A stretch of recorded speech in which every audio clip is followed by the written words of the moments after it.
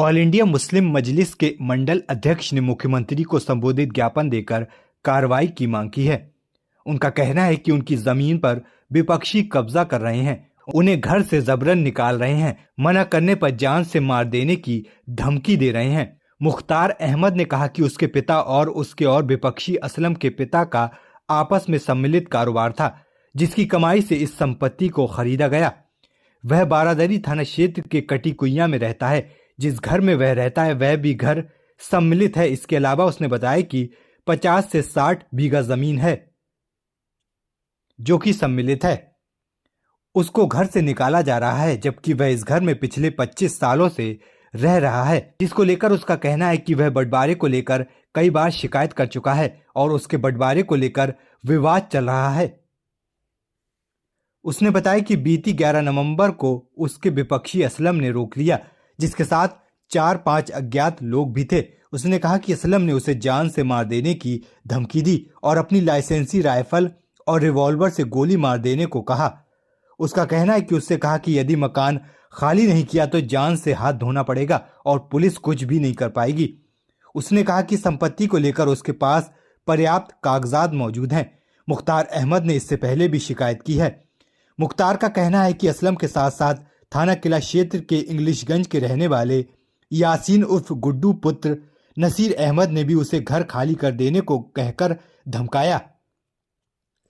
मुख्तार अहमद ने इस बारे में मुख्यमंत्री को संबोधित ज्ञापन देते हुए आरोपी असलम और उसके साथियों पर कार्रवाई की मांग की है। उसने कहा कि उसकी जान माल का खतरा बना हुआ है। मेरी समस्या मेरे अपने रिश्तेदारों से है, जो बंटवारे को लेकर मेरा विवाद है और मुझे जान से मारने की धमकी दी है।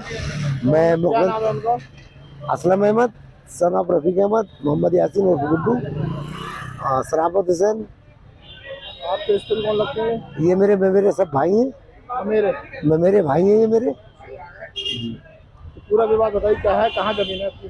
पूरा विवाद ये है कि मेरा वालिद साहब का इनके वालिद के साथ में कारोबार था, तो हमने संपत्ति जो भी एकत्रित की उसको बंटवारे को लेकर हमारा विवाद है और जो चीज़ हमारा तय हुआ था इन लोगों से वो हमें नहीं दे पाए ये लोग। क्या कह रहा है?